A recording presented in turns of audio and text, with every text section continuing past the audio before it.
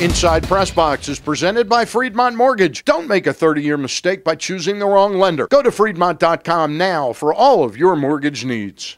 Our goal is to win the Super Bowl. That's always been one of my goals.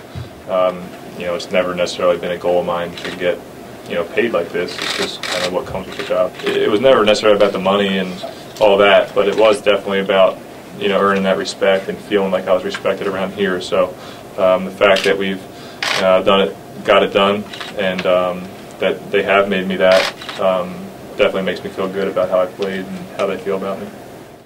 And that, of course, was the highest paid player in NFL history, Ravens quarterback Joe Flacco, who will now remain a Raven for the next 6 seasons for $120 million. Hello, everyone. I'm Stan the Fan Charles, the host of Inside PressBox. On this week's show, we'll again have on Ken Zales from PressBoxOnline.com and FansFantasyFootball.com to discuss the ramifications of Joe's huge contract but team-friendly first-year cap number.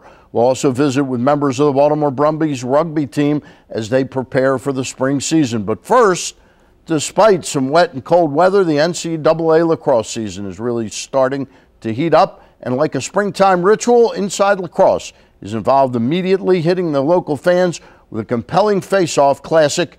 In to talk with us about this year's event on March 23rd at M&T Bank Stadium is the Director of Business Development at Inside Lacrosse and a friend of PressBox, Andy Bilello. Andy, we appreciate your coming in. Thanks. Braving the weather forecast, as it were. We do thank you for coming in, and it's that time of year when we do have you on.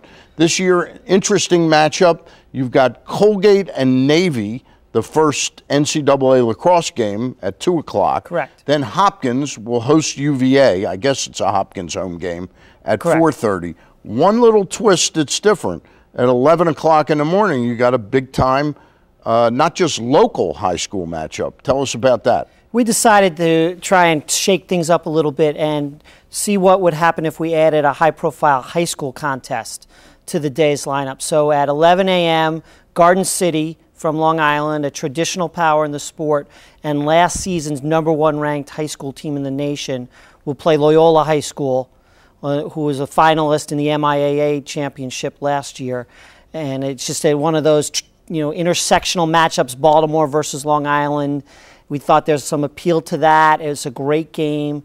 I know Jack Crawford from Loyola High School, and he had this game lined up, and it worked out perfectly to fit it into the Face-Off Classic. It is one of those things where the stars have to align perfectly to make something like that happen.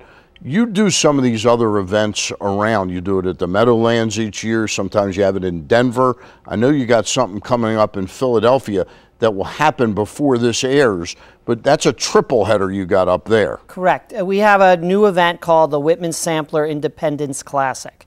And it's at PPL Park, which is the Major League Soccer facility in the Philadelphia market. We decided in that time and with that event to focus on local matchups. So we have Penn playing Villanova, Lehigh playing Penn State later in the day. And we start the day, though, with Syracuse playing St. John's. We had some good fortune. Syracuse was actually supposed to host St. John's at the Carrier Dome, but they scheduled a monster truck show. And when John Desko, the Syracuse coach, talked to me late last summer after he realized that there was that potential conflict, we were able to give him an opportunity to move it to a different venue and be part of one of our events. It's interesting. Lacrosse, unlike NCAA basketball or football, has this advantage in that some of the better programs are smaller venues and smaller colleges.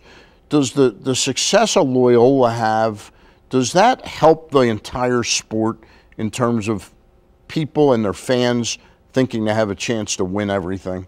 Well, I think Loyola's success is evidence of something that had been coming for the last decade in the sport.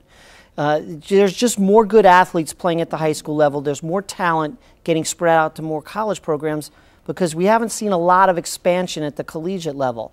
And Loyola's lineup, top to bottom, was just as good or better at any one position than the other teams. And there have been other teams knocking on the door like that in recent years, like UMass, like Delaware, Cornell, Notre Dame. Loyola was the one to kick it down. This year, the game has experienced tremendous growth, as you just talked about, at the high school level. Before we started taping this, we're talking about Denver.